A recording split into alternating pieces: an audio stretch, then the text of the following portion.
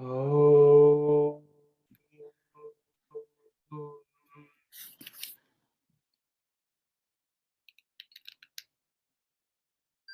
Oh.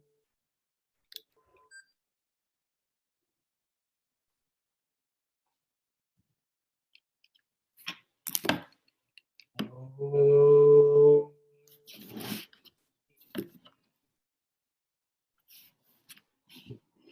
Sairam, I think last week, just to recollect what we discussed last week, Swami is talking about the reason for this delusion. I think that's what we discussed, that, Swami says we are asleep. We should be waking up. Those were the points which Swami said, and that is the cause for all this delusion and confusion. Swami is going on to explain how we can wake up from this sleep. So we'll continue from where we left off. Sister Kalyani?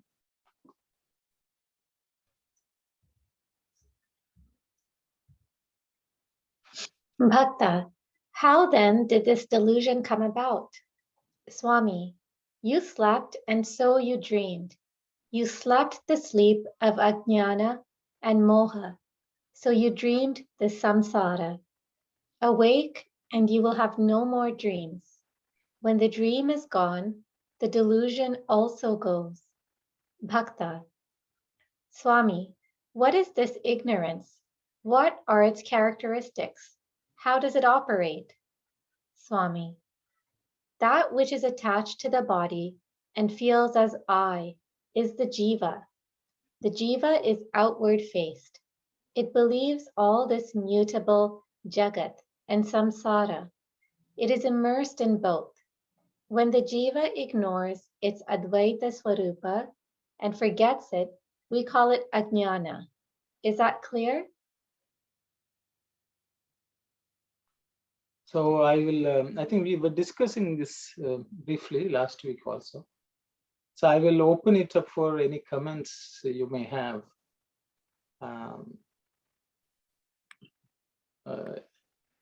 Any participants, if you have had time to think, I think we had to close before everyone shared their thoughts. So I will ask others to share any thoughts you may have.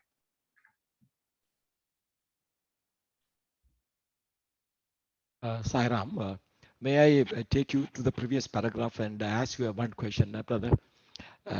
What is in this chapter, starting on this first paragraph? Swami is talking about this delusion of samsara. It overpowers us thick and strong. What is this delusion of samsara? You might have explained, but I would like to have a better understanding of this delusion of samsara. Yes, that's on the first paragraph, correct. So the devotee is asking this. Yes. I will open it up for others who may want to share any thoughts, please. Mani Auntie, Brother Sivadas.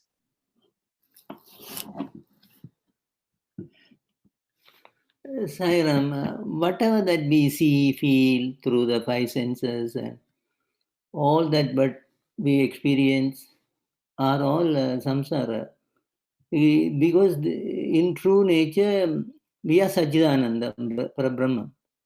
But we see these multifarious things. So and we think this is true. And because we think this is true, we sometimes we feel worried and sometimes we feel happy. So we are seeing the snake actually. Actually, it is rope, but we are seeing a snake. So the snake, appearance of snake is the samsara. That, as far as I understand. Thank you, Sairam. Sairam. I understand that part, brother, but what is samsara defines? What is exactly the word defines? That brother will explain. I will ask Mani Auntie, you will. Sairam. Samsara is the cycle of birth and death where we are caught, because of our desires. And because of the desires, we do some actions. Actions bring forth their effects. So this is a cycle which goes on forever until we realize that we are not this body mind. We are, our real nature is Parabrahma, Satchidananda. So this is the, it's a mess where we are caught in samsara.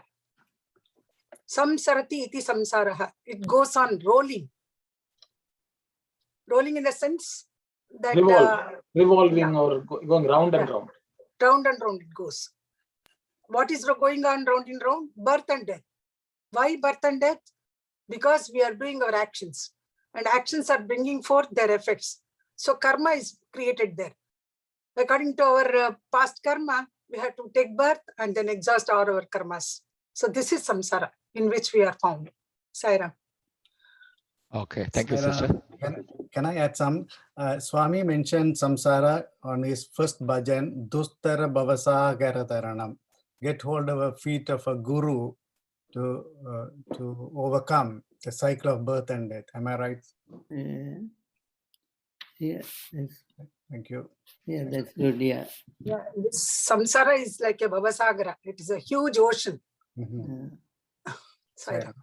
Because my question was because the dream Swami is talking about here, that in a day or so in the night time we dream it, and the next day we realize it is only a dream. But how many janmas we have to take to realize that, okay, this is after all, like that's sort of I'm trying to understand that part, because people take how many births to realize this part, because only a few, like they achieve this Jivan Mukta status. Yeah. Those, so and they are living among us, the Swami says, and we see them. But for an average person, we were talking about awake. But to be awake, but what are the actions that we have to make it to awake from this kind of the delusion? That's what I am trying to understand. Thank you, Saira. Brother. Yes, please go ahead. Yeah, my understanding is for the delusion is the one causing that whatever the money auntie said, death and the birth. So this samsara, this bodily ocean. So we know we have to know float, we have to know how to cross the samsara. So the Swami saying, in order to do that one, you have to know Viveka and the science. Viveka means you have to know what is right and what is wrong for the how to cross the ocean. So you have to, whenever you see anything, you have to understand it is going to help for me to cross the ocean. And science means is a jnana. Is a Swami saying is a high wisdom. What is high wisdom? Here we have to think about high wisdom means intellect and wisdom. My intellect and the bhakti.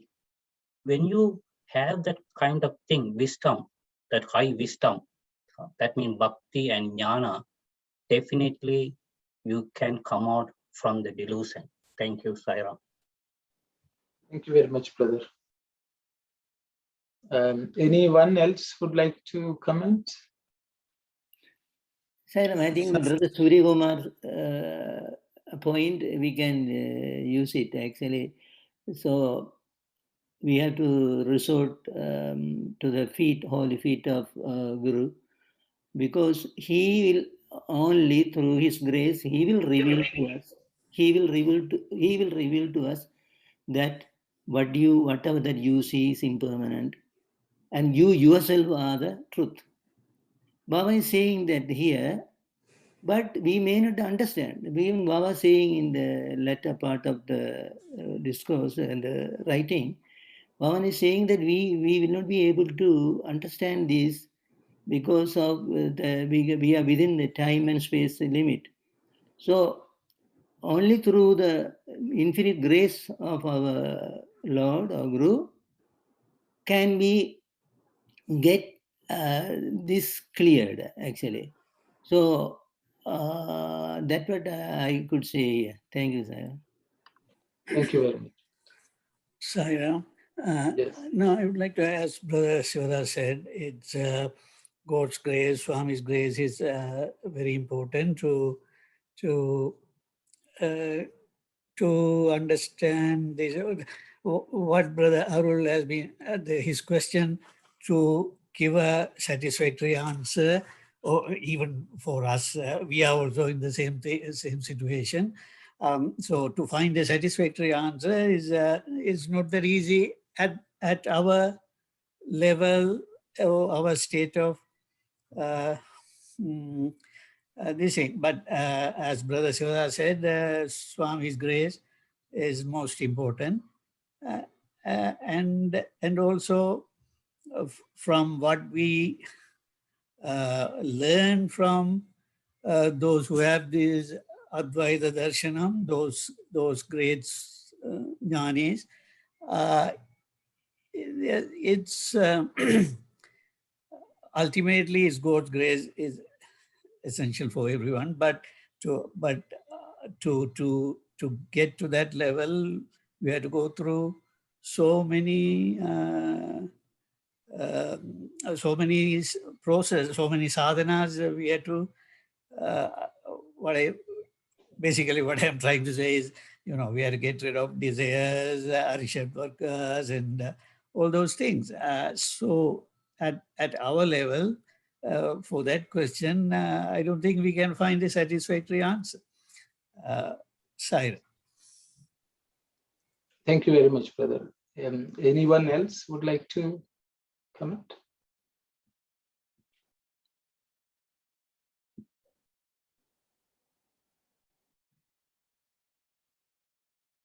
So if no one is, I think Brother Arul, I think the questions you have asked may be already answered. I'll just add a couple of pieces, maybe just some clarification actually. We all say, we need the feet of Swami.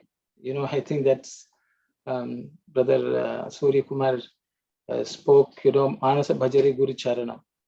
Always sing, contemplate on the feet of the Lord. Swami has clearly said what exactly that also. He says Charanam. Charanam, Swami says, just not thinking about the feet, but the path which the feet has shown you. Swami says, if you had to follow, you had to catch somebody, you had to follow their footsteps. Swami gives a nice example of how Krishna was. The gopis were always finding difficult to catch him. So what Krishna did was, but they were so yearning so much. What Krishna did was he broke a pot and the curds fell down, the milk pots fell down. So he dipped his feet in the milk and then he ran away, apparently. So the gopis were able to see the footstep of milk, the mark of, and they followed that footstep and then they found Krishna. I think even now when Krishnastami is coming up, so people usually, have these white footprints of a baby as Krishna has, come and go on to the altar or something like that, which basically signifies the same thing. So the thing is, the path which Swami has walked, so we should know that we have to follow him. We should follow the path which he has shown. Even, see, many times we try to understand and interpret what Swami has done. But nothing other than just catching him, going and finding him, finding how he walked. Just walk. Without, even when we don't understand, we should walk. But sometimes we intellectually analyze. And so we follow, anyone will walk and say, come behind me, then we will walk. So Guru Charana means you only follow the feet of the Lord, nothing else, no one else. You go where the Lord is, find him. And I think that's the most important thing. But of course, Swami is going on to say, I thought, because that Manasa Bhajari was brought up, I thought I will talk about that. Because the gopis didn't go after anyone. They found where the footprint of Krishna and then they went to Krishna. They couldn't find Krishna anywhere. Though they saw, whatever they saw, they thought they saw Krishna, but they went after him. So I thought I would just mention that. But I think Swami is discussing further how we can overcome this samsara, this wheel of birth and death. That's the way it is defined. It's a roller coaster. But the roller coaster is not when we die and when we are born. Actually, every day we'll be up and down. One day we are okay, one day we are down. You know, that's the life of, you know, ups and downs in life, which is nothing but samsara. Swami says every minute you are born and you are dead. Every breath in is birth, and every breath out is death. So that's the continuous cycle of our life here. So I thought I'll just mention those points which somehow came to me. If there is anyone else who would like to share any thought, please do so. Otherwise, we will just move on. Just to add to that, you have said something which I was reading, that we always says, I know Swami's teaching. And the whole life we stay in that state of I know. But did we experience, did we come in contact with Bhagawan? I think that's how we will know that we are, practicing, as you are saying, his teachings, not just knowing it, but actually come in contact with him and eventually say, yes, I know who is Bhagawan and I know I am that too. So thank you so much for sharing. Thank you very much, sister. I would like to add a few things, Sairam. Yes, Auntie. You see, the main thing, of course, Swami's grace is very, very, very important. I understand. From our side, what are we doing? How to get rid of this moha? How to get rid of this Brahma, this illusion? Though we know that we are the Advaita, the Purna, our Atma is complete. It is a non-dual. It is Purna, so it's complete. But we feel that we are incomplete Jiva. Why so? Because we are mistaking that tree stump to be a man. That's like that. Mistaking rope to be a snake. And our life is completely under this constant delusion. So if we have to get rid of that delusion from our side, our effort is to see the reality. Even while doing any action, and we have to keep it in our mind that we are only an instrument in the hands of Bhagavan and not taking the responsibility of Kartritva and Bhoktritva. That we are not. We are not the agents. He is the consciousness which is present in us. That is making us do things. So if we keep that in our mind and always think that we are that Purna, Advaita, Atman. So our actions also will be diverted towards that end, I think. So keep it in, constantly keeping in our mind that we are the Purna, we are that Paramatma, we are that consciousness, full consciousness, non-dual. So with this feeling, if we do any action, I think slowly and steadily, we maybe not in one birth, it may take many births to achieve that Purnatva. Saira. Thank you very much, Auntie. Any other thoughts? So, Sairam brother, first of all, we have to understand about the ignorance. Ignorance is the one bringing the delusion or Maya. So I am a Jiva. Body is the soul. God, world, and Jiva are different. I am not God. Not knowing that body is not the soul. Not knowing that God, world, and Jiva are one. These are the main things are making us into the delusion. Thank you. Thank you very much, brother. I think in the next question and answer, Swami is talking about what exactly is this ignorance. So, Mr. Kalyani, maybe you can go to the next. Yes. Bhakta, but Swami, the Shastras, all of them, say that samsara is caused by Maya. You are now saying it is due to ajnana. What is the distinction between the two? Swami, ajnana itself is known variously as Maya, Pradhana, primordial matter, Prakriti, Avyakta, unmanifest, Avidya, Tamas, etc. Hence, understand this well. Samsara is the consequence of Ajnana. Thank you very much, sister. So Swami is just further clarifying this Ajnana, Maya, various words which are used as all synonymous, almost identical, Swami says, I guess. And all these cause the samsara. Because of all this, we are caught in this cycle. Or because of this, which is called by different names. So I will again open it up for any discussion. Anyone who would like to share anything, because some of these concepts Swami has actually discussed earlier on also. So we can, anyone who would like to share any thoughts, please. Sairam, brother. In Swami's words, avidya, tamas. Why only tamas is included in here? I'm trying to understand, because we are ajnana means the Ignorance. Ajnana is, and only tamas. What about the rajastic? tamas is also a kind of ignorance, darkness. Yeah, but the rajastic also will come in, right? Rajas, here it's not coming. Yeah.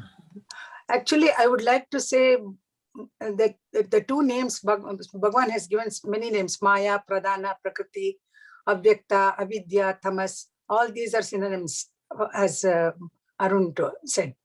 But there are Maya and Ajnana, we have to, Avidya or Ajnana, Avidya is also called Avidya. No? So we have to understand these two concepts very clearly. Prakriti, the ignorance at the level of Ishvara is called Maya, and at the level of individual consciousness, it's called Avidya. Same ignorance, it has got two names. One, when we say that Ishvara and Prakriti, Ishvara with the Maya is creating this world. And the individual consciousness with Avidya, that's also ignorance. We are dealing with the samsara. We become jiva and we're dealing with the samsara. So that's the distinction I have found. Sairam. Thank you very much, Auntie. Anyone else? Yeah, thank you, sister. I want to ask this question. Swami is on his reply says he's ajnana. He's comparing those to the words in this one. It's this is word again. Avyakta. In yes, in this Astostra Namamoli, Avyakta Rubine Namaha. In that one of those sloka coming. So is that Avyakta Rubine Namaha? Swami is saying Ajnana. How does that relate to this? I didn't understand that. Okay. If anyone wants to say that, let them. Sairam, better brother or sister explain that, I think. Okay. Yeah. Arun, Auntie, Auntie, you go ahead, Auntie. Okay. Avyakta means unmanifest. Before the creation took place, the Prakriti was Avyakta, that means unmanifest. It was called Mula Prakriti. Mula Prakriti was unmanifest. When it became the power of the consciousness, Purusha, then it became Prakriti. Manifest. So it manifested. Before manifestation, this Prakriti was as a Mula Prakriti, it was called. That's Pradhana also is another name for Mula Prakriti. Swami has mentioned it. So this Mula Prakriti was unmanifest till the consciousness, the Purusha and Prakriti came together. Yeah. So that's how I have understood. Avyakta. That's why it's called Avyakta. Mula Prakriti is called Avyakta. Unmanifest. Sairam. Okay, thank you. How could we, sorry sister, how could we say that is Ajnana then? That Mula Prakriti, how could we say that is like Ajnana? That's what I'm trying to understand. Okay, maybe I will. Sorry. I'm asking too many things. Sorry Okay, about so that. yes, brother, it's fine. See, for example, we gave the example of the rope and the snake. Okay, is the snake manifest? The snake is not manifest. Okay, even though it is not manifest, we have seen it. See, even if you take the word Maya, Ya Ma Sa Maya, it says. That which is not is Maya. That which is actually not to be seen is Maya. Though we imagine it to be seen. So that means it is not even apparent. Pradhana is, as Auntie already said, Mula Prakriti means root. Moolam also means root. That means the root is never seen. But the root takes a sustenance from the earth and the trees grow. And we only see the tree. So actually, what is the cause for it? It is the Mula Prakriti. The root is the cause for the tree to come up also. So whatever we imagine is caused by some aspect of the Lord, which actually is not manifest. Who is manifest? The Lord is manifest. See, the Lord is the one who makes it manifest, things manifest. But what we perceive is not even there. It's not even manifest. But we are seeing. So we are seeing something which is not even manifest. So that is a delusion of something which is not present. We are superimposing our own imagination on it and imagining that to be present. That's my understanding. Avidya also means you don't know what is there. When you don't know what it is, you imagine. So tamas, why? Because it's darkness. In the darkness, see, sister asked, why is rajas not there? Rajas state is sat asat, because there's a mixture of asat and sat to some extent. It becomes a combination. So sometimes you see the divinity, but sometimes you cannot distinguish both of them. That is the problem in rajas. So to get to the point of sattva, you have to wake up from the tamas. From rajas, you have to again calm down, and then you will see. When you're sleeping, you don't know anything. That's why Swami. So definitely we have to get out of tamas with rajas. Then from rajas, we have to calm it down with sattva. Okay. And that is the idea. So tamas is the cause. See, here Swami is talking about what is the cause. Samsara is caused. So tamas is the cause of all problems. Okay. Good. Thank rajas helps you clear it to some extent. Okay. So that's why tamas is tamasoma jyotirgamaya. Okay. So it's the same thing. So that's my understanding. I will stop here. Others can share your thoughts. Thank you, brother. Is that the Mula Prakriti is like the Adi? Yes. Yeah. So Pradhana is basically that, so okay, you can say Adi also. It is same, the root, cause, original cause, if you want to put it that way. Yeah. In Christianity, they call it the original sin, but I don't think they understand the concept very well. It's the same thing is called original sin. Where desire for the fruit. That's the problem. You want the Adam and Eve. Adam and Eve, but they will say some snake. It is actually this same Vedanta is actually enshrined in there also. Same thing. But I don't think people fully understand because the philosophical underpinning is missing. I'm sure Jesus understood it and he tried to explain, but it's the same thing. Everywhere actually it's the same thing, which is the mula, the root, looking for the fruits, which is impermanent. And that was I think that's, I just brought it also. So brothers, go ahead. Thank you so much. I appreciate that. Thank you, Sairam, brother. So Arul's question was Avyakta Rupini Namaha. When we say Avyakta Rupini Namaha, so I think to my understanding, Sister Manibasim explained in a different angle, and you explained in different angle. And Brother Arunodin explained in an angle that is listed in the below paragraphs. Baba is explaining that. So in that way, we can say that it is hidden in the Brahman itself. The latent, this ignorance power, is a latent power in is a ajnana, ignorance is a latent power in the Brahman. And it is called Maya. It's called Maya. Maya. So, Maya Shakti, Maya Shakti. That is what the brother said.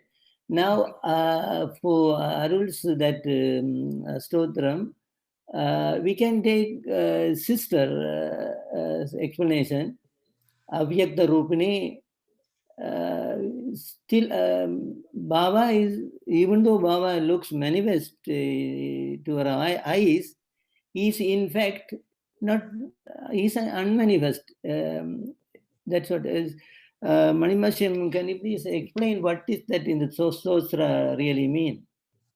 Avyakta Rupini Nama. When Lalita Sahasranamam or any Devi Sahasranam Ashtotram we come across this Avyakta Rupini Namaha. Devi Ma, that Prakriti, she is Prakriti, you know. She is Prakriti before manifestation, she is Avyakta. Yeah. So she is addressed as Avyakta Rupini Namaha, Vyakta Rupini Namaha, Prakriti Namaha. So this Prakriti, before manifestation, she was already there. Only with the when she came in contact with Purusha, then she took that manifested form. Yeah, that's the so she is Maya, and she can be addressed as Avyakta Rupini Namaha. Yeah. I hope Brother Arul. Yes, Auntie. So I think Brother Sivadas has nicely analyzed.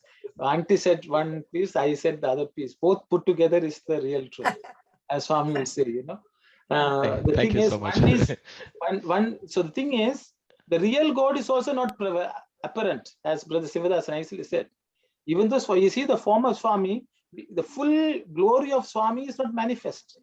Unmanifest. Yes, but it can only be experienced. Which is the same thing, you know. So that word, how, you know, you can look at it from different angles and then you get the picture. Because what we see is not what is manifest, but what the real thing is not even manifest.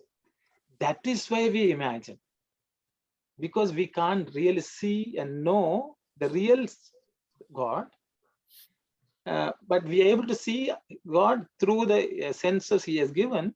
We imagine, but He says, don't use the senses, use something else and try to see me. And that is the whole sadhana is my understanding. It is the intuitionally you can experience. Intuitionally experience Him. That is a unmanifested form we can just experience. Saira. Sairam, brothers and sisters, it's a simple question about the samsara. When we call the term samsara, we always call it for housewife or woman, and also Swami also. So the Swami also concluded here, samsara is the consequence of ajnana. And that's why I'm wondering, even though the ajnana, it could apply for men and women, but mostly why it is even in Tamil, obviously we call samsaram. The term samsaram means the housewife, the woman, and maybe the woman is full of ajnana or it's really the delusion or the Maya Sakti, or that's why we call the samsara is the maybe always call women as samsara, because it's really hard to cross that, the ocean, the maybe every man in the household, it's really difficult to cross that ocean to reach the other side. Maybe I was just wondering, Swami, how concluded samsara is the consequence of ajnana. Sister Anandi, Yeah. you know, in Tamil language, Enga samsaram, this that means for wife. That is not the meaning here. And the second thing I want to tell you, in Kerala, in Malayalam, our samsarikira, that means she is talking. They use the word samsarikirim, nan samsarikirim. That means I am talking. So this samsara has nothing to do with either talking or with the wife. This samsara Swami, what he is saying is the birth and death, the cycle of birth and death. Here completely, please negate that meaning, come to this. Because of the ajnana, because of the avidya, that we are, that supreme Brahman, we are real consciousness, we have forgotten that. That is ajnana. That ajnana leads you to samsara.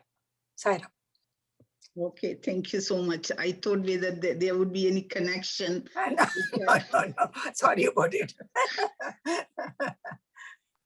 Thank you so much, Auntie. I think I will just, the connection, sister, you know, in human life, it's human nature. Whenever we land into some problem, we have to find a scapegoat. Okay. So, you know, we blame it on somebody. So I think some people would have said, because of this person only I am into this, you know, otherwise I am gone, you know, things like that. So I think that was, I think then over a period of time, people have started using that without even understanding what they mean. Yeah, that's it. Because it's all a tendency to blame somebody for something. And usually the wife takes the blame. Usually she is the target. She is the target for all the blame. Sairam, actually, it's very good. Anandi brought this word. If Anandi might think that it is blaming women, no, it's blaming men actually. Through that word, blaming men, that you are caught in samsara. So, if you are not married and if you proceed with spiritual sadhana, you will reach, you can cross the samsara, cycle of birth and death. But if you get caught with marriage and everything, then you are bound. So it is an advice to the men actually.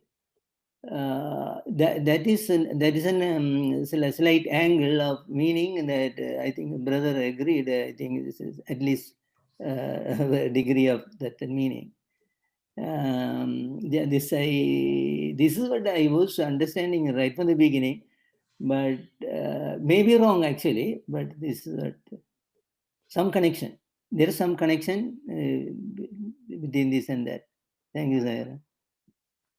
But in Tamil Nadu, when they speak about the wife, they say always, "Enga veet samsara, enga samsaram." Yeah. That's very common. Not men are not at all involved in this. Only men. Yeah. Sairam, I guess kind of relevant to this. I've heard the story of how Meera, I guess, said to someone that there's only women in this world. Krishna is the only male principle. I guess can you explain that? Purusha. He is Purusha. God is Purusha, and the rest of all of us are women. That's how Swami has explained it. Yeah. Mm-hmm.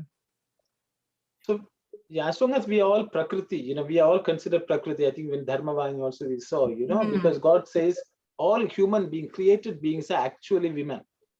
So Swami says this entire world is a women's college. Yeah. Where it is just that some women have put on the role of the man. But in reality, everyone is a woman. Yeah. But he says it's a girls' school drama. That's what goes on in this world. Yeah. And just because people have, you know, sport mustache and things, you know, they think that you can become man. Swami says, no, you only when you become Purusha, whether it's our gender is female or male, when we reach that Atma Tattva and identify, then anyone, whether irrespective of the gender, that person is Purusha. That's one very with good, Purusha. actually. So Kalyani's point is very good, that cover all the people, both whether men or women, all samsara. So anyone who is born in this world is because they are, by virtue, they are women, because they're caught in this cycle. Yeah, They are all samsara. Okay. yeah, that's good. Very That's why good there's point. so much confusion. I didn't mean it, but In that Rasa Krida, when Krishna played Rasa Leela, each Angana Madhye, Angana Madhye Antardhanamai Ada. Krishna is just Antardhyana. He is appearing and disappearing like that. So all the players in that Rasa Leela, or take it as a whole in this world where we are all playing our own roles. Krishna, Lord is only Prabhu. He is only Purusha. We are all women. That's how Swami has explained. And that song also, I think I told you about that. Angana Angana Madhye Antardhanamai Ada. Mema Manamanta Anganale Purushuda Vadupudu. He is the only male and we are all women. In that Raslila song it comes. So many devotees also, they had the relationship with the Lord as Nayaki, Nayaka Bhava. You know, they Nayaka also Bhava. consider them as the spouse of the Lord. Yeah. In the sense, because they are part of the Prakriti and they need the Purusha. Correct. So which is, so in that sense, yes, every one of us who is born, whether male or female, we are all part of samsara because they are caught in this Maya. Yeah. You're right, Kalyan. Anyone else would like to share any thoughts? Kalyan, you have something else to ask? Just I wanted to clarify one last thing about the avyakta. So is it kind of like if you're in this world and you haven't realized Brahman, then Brahman is avyakta to you. But then once you realize Brahman, then the world is avyakta. Is that? Exactly. Yeah. The world doesn't exist for you anymore at that time. You see everything as divine. When the God becomes vyakta, you know, it becomes manifest to your inner eye, then the world doesn't exist. That's why in Gita. Yeah, according to Advaita, there is no world, there is no you. Everything is Brahman. Once when you realize that Supreme Brahman, you are Brahman. That's it. No world, nothing. Nothing exists. Sairam. So, Sairam brother, if we understand better in Advaita and Dvaita, so we are looking at everything in dual. But if we started to look at Advaita state, so if we take the ocean, one big ocean, from the ocean only we getting cloud, from the cloud we are getting rain, and the rain become river. So once the river merged to the ocean, it will become one. So we are looking at the Prakriti is different from the Paramatma. If we started to think about Advaita states, the river merged to the ocean is Advaita state. When you look at all one, then the Maya will disappear. Thank you, Saira. Yes. Yes, brother.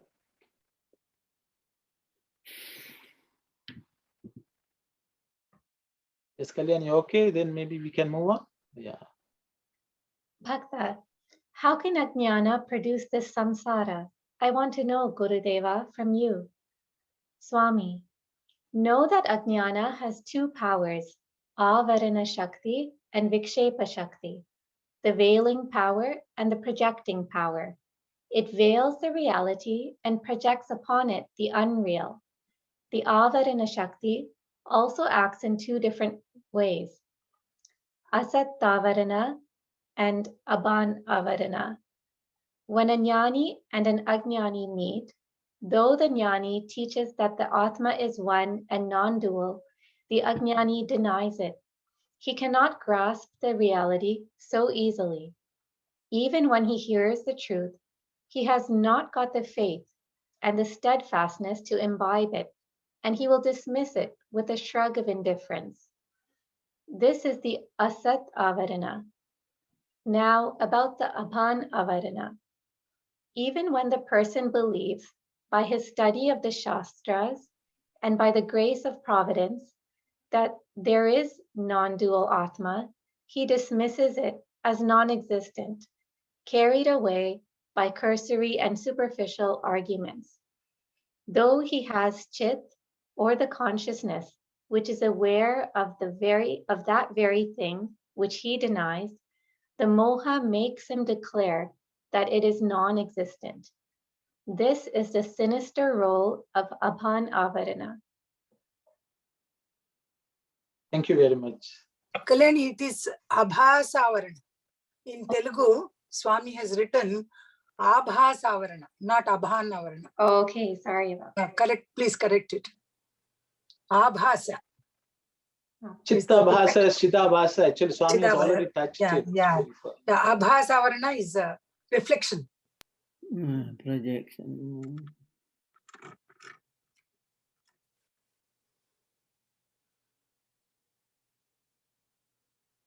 So this concept has already been discussed. Actually, we have also discussed a few chapters before. Swami is talking about the Avarana Shakti. Avarana is that which covers. And veiling power. Veil. It throws a veil, and Swami is telling there are two parts to that veil also. Asat and Abhana. Asa Abhasa. Abhasa is something which looks like something else. Puts on something. And so Swami has given the example of somebody who does not even know Asat. And then when the person comes to know also, he doubts it. Or he has his logic is all faulty. So I will stop here. I will open it up for any discussion. Anyone who has something to say?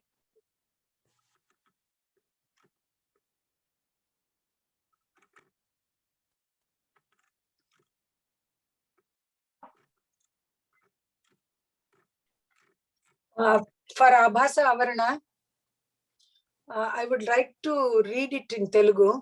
Yes, Auntie. Satshatra Samucheta, that is Shastra with Shastra, Daivadina Muga, Advaitatma Galadani Shraddache, Vishwasinchununu, Danini Baguga, Vicharincha Telieka, Bhakya Vicharamu Chetane, Atma Kanabadaledani Chapudru. The person, he knows that it is real Atma, but he says, I can't see it. Kanapadaledu, Anudanini, Telupu, Chidrupudagu Nundiyu, Kanapadaledu, Mohame, Abhasavaranamu, ani Anuchunnaru. The person who says, I can't see that Atma, even though he knows the fully, it is here written, Abhasavarana, Swami is. Even when the person believes by his study of the Shastras and by the grace of the Providence that there is non-dual Atma, he dismisses it as non-existent, carried away by cursory and superficial arguments. Though he has chit, or the consciousness, which is aware of that very thing which he denies, the moha makes him declare that it is non-existent. This is the sinister role of Abhasavarana. Thank you, sister. So please explain the Asat Avarana. Asat Avarana. Asattavarana. Asattavarana. Asat Avarana. Yeah, Arun, can you go on? No, you read, Auntie, I think. Yeah, I think in Telugu I will read. Just please, Auntie. Yeah. Shraddha Lekha, Adan, something. Abhasavarana rendu mandi. Ajnaniki Gnaniki Mata Kaligina Chota. If they argue between an ignorant person and a Gnani, Advaitatma Okarunnadani Bodhinchinanu, Agnani, Advaitatma Yananadi Ledani Talachusunduno. A Gnani knows that there is that Atma. But Agnani knows, ignorant fellow says, no, there is nothing. Itlu Anadi Swarupam Karanamu Cheta, Unnadani, Vinanano, Dani, and Namakamuledu. There is no belief in him, in that Atma exists. So he has no Shraddha. Shraddha Leka Udasina. He just takes it a very Udasina means what is Indifference. Indifferent. Indifferent. He takes it in an indifferent way, and he behaves as if there is no Atma. ashraddha. He has no steadfastness there. That is called asattavarana. Okay, thank you. So is it? Go ahead. Pardon? Go ahead, Uncle. What is Shivani? Go, No, please. I was just asking. So is it okay? Is it correct to say that what is that? Abhas avarna Abhasavarana. is the main reason that we are not able to realize our own divinity, because we know the Shastra, we know what is reality, but our mind is not accepting it. Yes, correct. Abhasavarana. So we are at that stage basically where we know the right thing, but we are not able to. Every time we are saying, no, this is not reality, even though we know this is reality, we are not really. So we are in denial. We are living in denial all the time. Thank you, Sairam. But it could be, some of us could be under Abhasavarana and some of us could be Asat Avarana. Yeah. So, so let me say something. So, Bhavan, the question was asked, how can Ajnana produce samsara? So, Bhavan is saying, Ajnana has two powers. Ajnana has two powers. One is Avarana Shakti and the other is the Vikshebha Shakti. So, Vikshebha Shakti will be explained in the next question and answer. Yeah, Now we are analyzing, Baba is analyzing the Avarana Shakti. Yes. Avarana Shakti, so far we heard that we don't have two distinction in the Avarana Shakti, but Baba is saying that a new thing for us, for me. So Avarana Shakti has two prongs, two ways, two working. One is Asat Avarana, other one is Abhasa Avarana. So what I understand from here, what all is, so Jnani tells the truth. Only one is there. Only God is there. Everything else is unreal. Only God is real. But the listener, under the influence of Avarana Shakti, under Asat Avarana Shakti, that person cannot understand that. So he cannot understand that. He doesn't want to go into that. And he want to say, no, let me follow the Dvaita principle. Let me say, oh, God is there, I am there, I will pray to God, I will get that way. He is not ready because he is not able to understand. How can that only one could be? How can I, being the sinner, could be the God? So many arguments he will put, and he will say, no, it's too much for me. But the other group, the Abhasavarana people, they understand. They understand there could be only one, and they understand it, but moha. In the last few sentences, though he has sit, or the consciousness which is aware of that very thing which he denies. And the moha makes him declare that it is non-existent. So the moha is causing him saying that no, there cannot be one. But the intelligence is telling him, I say, there's only one. But he's not ready because of the moha. In the first case, he is totally ignorant of this one, and the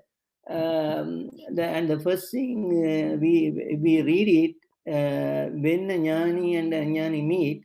Though the Jnani teaches that the Atma is one and non-dual, Ajnani denies it because at the outset he can't accept it. So he cannot grasp the reality so easily. Even when he hears the truth, he has not got the faith and the steadfastness to imbibe it, and he will dismiss it with the shrug of indifference. So that is one category. The other category is understanding, but still due to moha, and that's the thing. So some of us could be the second category, some of us could be the first category also. Thank you, Sairam. This is what I was thinking. Thank you, Sairam. Most of us are in that category, Because- second category.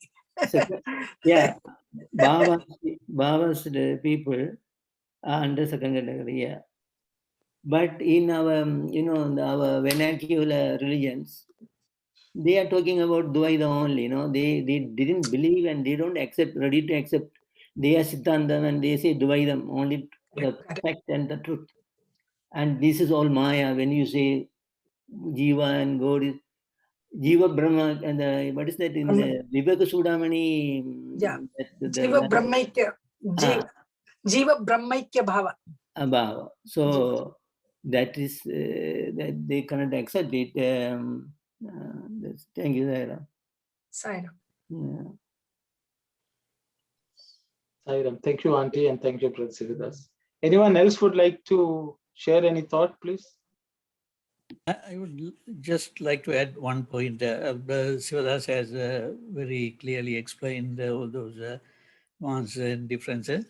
But I think we have to note that Swami made that statement that even when the person believes by his study of Shastras and by the grace of providence that there is non-dual Atma. So even to, as Brother Sivadas said, even to be in the second category of the Avarana,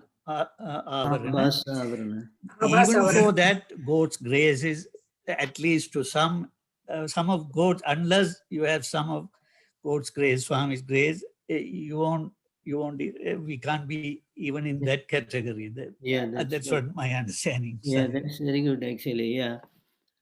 Brother Sairam, can you pronounce it again, the Avarana Saktis two different ways? Brother, explain it. Okay. No, how to pronounce it, please? Thanks. Avarana.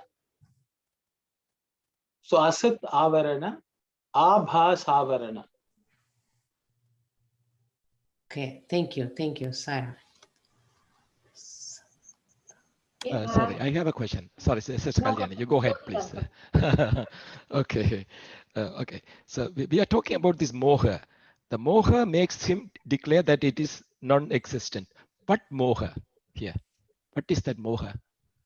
Good example is Arjuna experienced in the battlefield, because he was bodily, he thinks he was body, and through the body consciousness, he sees their grandshare, guru, cousins, and everything he sees, because he is with the body consciousness, he sees these are his relatives, and he is scared to kill them, and he thinks it is very sin to kill them. So the body consciousness is the moga actually. So the Bhagavad Gita says that word for Arjuna in that context. That's what I could say. Thank you, Zaya. Attachment to the moha is attachment. Thank you very much. Yeah, it is a confusion in the mind, not clarity. There's a lack of clarity in the mind. That's the moha. Yeah. This is something I was keep asking Bhagawan, why I'm in the study circle. I know the fact, and still I'm not accepting. There were some emotions I was so engulfed in last 10 days, and I'm telling I am in study circle. I know the facts, and again, why I'm not accepting it. And this is here, voila, Bhagawan is saying because of the moha. Yeah. You get attached to people, to materialistic things. When you see this is not real, and keep telling and meditate, of course we will be a different state. But this is exactly what I was asking, why I'm not accepting what you are teaching in study circle, Bhagawan. And here you go. Yes. Brother, so if you want to come out from this one, Swami says, if we have Shraddha and Saburi, that faith and patience, we can come out from that one. Thank you, Saira. Sairam. Anyone else has something to say? In that second last line, though he has chit or the consciousness, which is aware of the very thing which he denies. So that chit is in the person who has the abhas avarana, but it's also in the person with the asat avarana. Isn't that right? Please say it. Repeat the question. So Swami saying the person with abhas avarana, he has chit or consciousness, which is aware of that thing that he denies. Yeah. But that chit is in everyone, is it not? Even in the person with asat Yes. avarana? Or like, is he referring to something else? Like, is it referring to chit as in being Sat Chit Ananda? Kalyani, chit is consciousness which is present in you as Atma. Everybody, whether it is Asattavarana Shakti or in Abhasavarana Shakti, in any person, Atma is there. But he knows that it is chit, which is consciousness, which is aware of everything. But still he denies. That moha makes him, so it doesn't, moha makes him declare that it is non-existent. So Sairam brother, I can give another example for that one. Sit said Anand as a comment for everyone. So that if we take our eye, if we get cataract, so we cannot see. So same thing, if the Maya, Ajnana, is blocking us to understand that we are the Atma. If we take a, if we burn some log, we can see the reddish. So sometime later, you can see the ashes will cover that one. It cannot see that, it cannot see by itself. So same way, when we cover with the Maya, we cannot understand the Satchit Anand. So we have to work on that one. So thank you, Saira. Sairam, still, although all the brothers and Manianti explain the difference between the Asat Avarana and the Abhasa Avarana, in my mind, when I put each example, exactly like Kalyani asked, it goes to both, the each example, it may fit into both, the Asat Avarana as well as the Abhas Avarana. What would be the best example to differentiate perfectly between those two, maybe in the system, Shivani also mentioned that, even though we know that, the worldly matters, maybe trying for wealth or, trying for other things, it's not really the thing we should yearn for, but we should be coming to the spiritual side and the practice. And in my mind, those things, even one side, when I look at it, because of my mokha with the worldly matter, it would go to the Abhas Avarana. And even the other things, they may be the same example, it would fit into Asat Avarana too. Maybe the difference between those two, one is the first one, Asat Avarana, maybe the Atvaida and Tvaida, the principle. Maybe if I see that,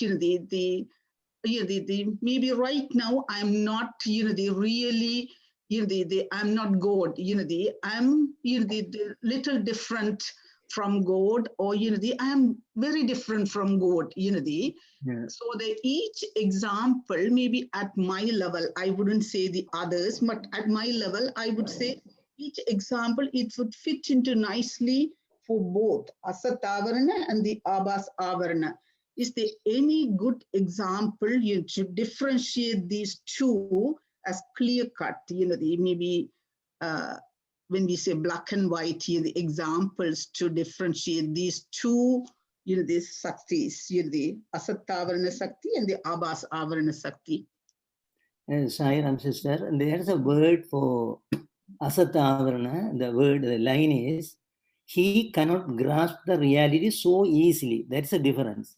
So he will take some time to go to the Abhasa Avarana level.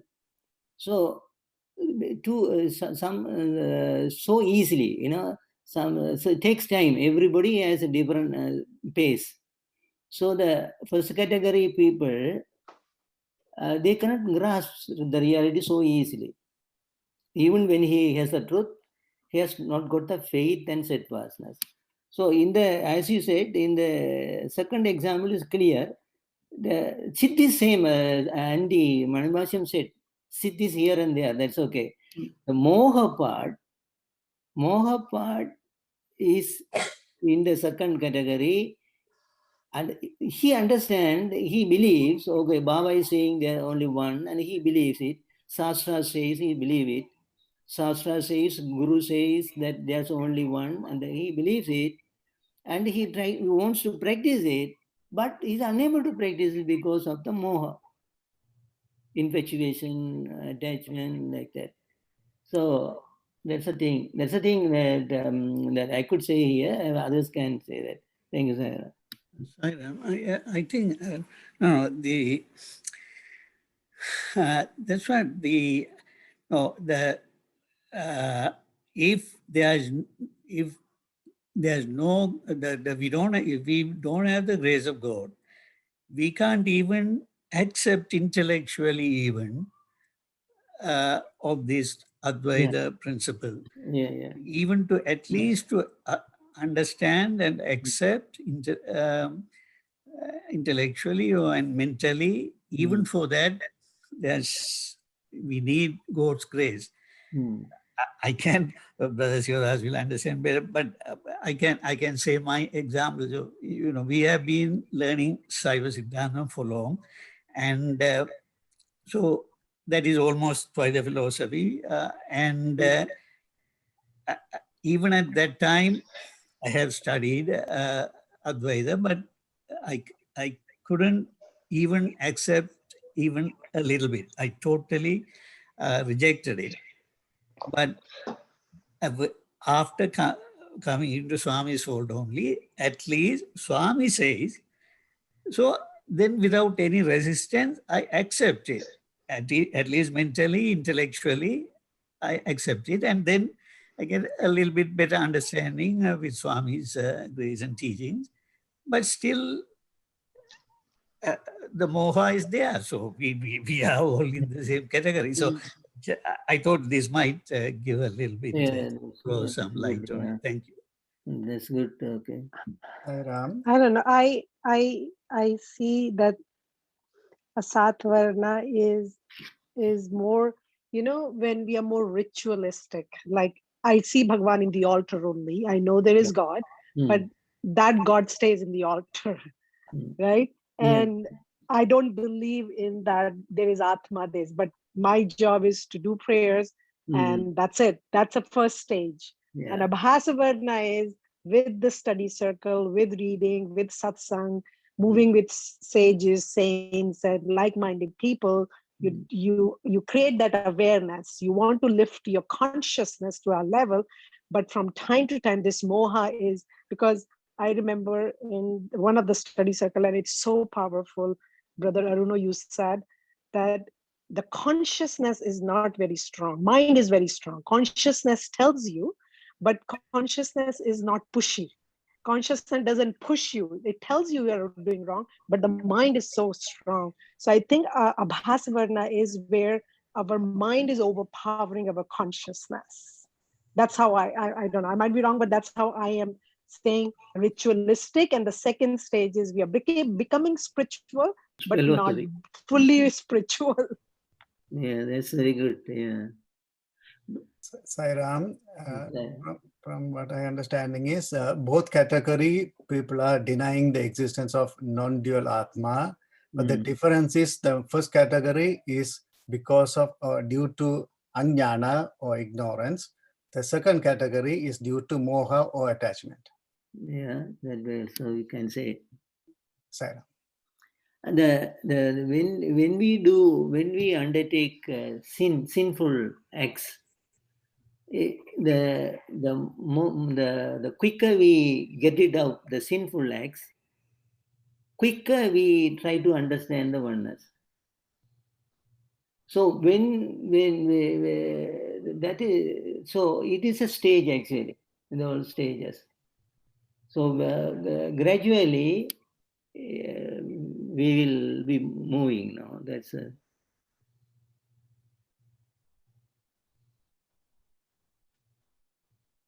Any other thought? The thing is, Swami, this same topic, actually Swami has discussed at least 5 times in the whole of Sandeha Nivarini. Okay, if you go to chapter 9, Swami is talking about present obstructions. I don't know whether you all remember, there was past obstructions, future obstructions, and Swami spoke about present obstruction, and he discussed 4. One is attachment to sense objects, one of them. Then Swami said dullness of understanding.